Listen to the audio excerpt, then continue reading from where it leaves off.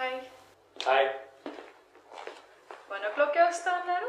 Late అయింది traffic వల్ల. Frankly చెప్పాలంటే పెళ్లి చూపుల సినిమాకి వెళ్ళొచ్చాను.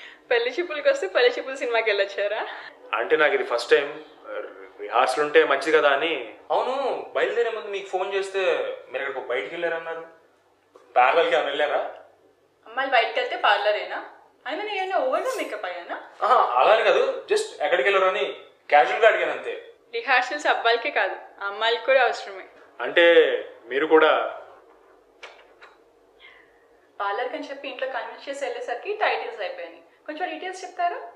Director Tarun Bhascker, producer Raj Kandukuri, Yash Rangineni and music వచ్చేసి వివేక్ సాగర్. ఇంతకీ ఏం చూసి మూవీకి వెళ్ళారు? పోస్టర్ చూసి. ఫోటో చూసి పెళ్లి చూపులకి వెళ్ళినట్ట? మీరు ట్రైలర్ చూసి. తెలిసిన వాళ్ళు చెప్పారని పెళ్లి చూపులకు కూర్చున్నట్టు. రీతు వర్మ చాలా క్యూట్ గా ఉంది కదా. అంటే మీ అంత క్యూట్ గా లేదనుకోండి, అదే చిత్ర క్యారెక్టర్ లో చాలా బాగా చేసింది కదా అంటున్నా. విజయ్ కూడా చాలా హ్యాండ్సమ్ గా ఉన్నాడు కదా. ఆ స్మైల్, ఆ సొట్ట బుగ్గలు, ఐ మీన్ ప్రశాంత్ క్యారెక్టర్ లో బాగా ఇన్వాల్వ్ అయ్యాడని చెప్తున్నాను. సినిమా మొత్తం మీరు విజయనే చూసినట్టున్నారు కదా. I'm just kidding. మిగతా క్యారెక్టర్స్ అన్ని కూడా చాలా బాగా డిజైన్ చేశారు. లైక్ ప్రతి ఒక్క క్యారెక్టర్ కి మంచి అర్థం ఉంది. సినిమా చూసినంతసేపు మన బంధువులను చూసిన ఫీలింగే వచ్చింది కదా. యా, నిజంగా ప్రశాంత్ క్యారెక్టర్ లో నన్ను నేను చూసుకోగలిగా. అంటే జాబ్ పోవడం, ఫాదర్ తిట్టడం, చెఫ్ అయి గరిటి తిప్పాలనుకోవడం, పెళ్లి చూపులు వర్కౌట్ అవ్వకపోతే వేరే అమ్మాయిని ట్రై చేయడం. అలానే కాదు, ఈ జనరేషన్ యూత్ ఫీలింగ్స్ ని రిఫ్లెక్ట్ చేసే క్యారెక్టర్ కదా, అందరికీ కనెక్ట్ అవుతున్నాను అంతే. ఫ్రాంక్ గా చెప్పండి, చిత్ర క్యారెక్టర్ మీ ఆలోచనలు దగ్గరగా అనిపించలేదా మీకు? అనిపించింది, నిజమే. ఎందుకంటే ఇండిపెండెంట్ గా ఎదగాలి అనుకునే ఈ జనరేషన్ అమ్మాయిల్లో నేను కూడా ఉన్నాను కదా. కానీ ఫుడ్ ట్రక్ బిజినెస్ అయితే కాదు.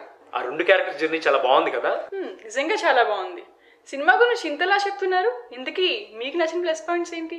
న్యాచురాలిటీ ఎక్కడ మిస్ అవ్వకుండా తరుణ్ భాస్కర్ చాలా బాగా తీశాడు కదా. స్టోరీ రైటర్ గా అతనికి 100కి 100 మార్కులు వేయచ్చు. అతని మేకింగ్ లోనే ఒక మ్యాజిక్ ఉంది. అన్ని పాజిటివ్ చెప్తున్నారు. అదేం లేదండి, చెప్పుకోవడానికి పెద్ద మైనస్లు ఏం లేవు. కథ అంటే అమ్మాయి మనసులో ఎంతో కొంత ఐడి ఉండాలి. కథ ముందే తెలిసిపోవడం ఫస్ట్ మైనస్. ఓ, అమ్మాయి మనసులో ఉన్నది ఓపెన్ చేయకూడదా? చెప్పారుగా, ఫాలో అవుతా. ఇదిగో ఇలాగే సెకండ్ హాఫ్ కొంచెం డ్రాగ్ అయింది. ఇంతకీ కథ నచ్చిందా? రెగ్యులర్ గా వచ్చే కమర్షియల్ సినిమా కాదు కదా మీ కథ. ఐ మీన్ మీరు చెప్పిన కథ కొత్తగా, ఇంట్రెస్టింగ్ గా, నాకు బాగా నచ్చింది. నాకు నచ్చింది.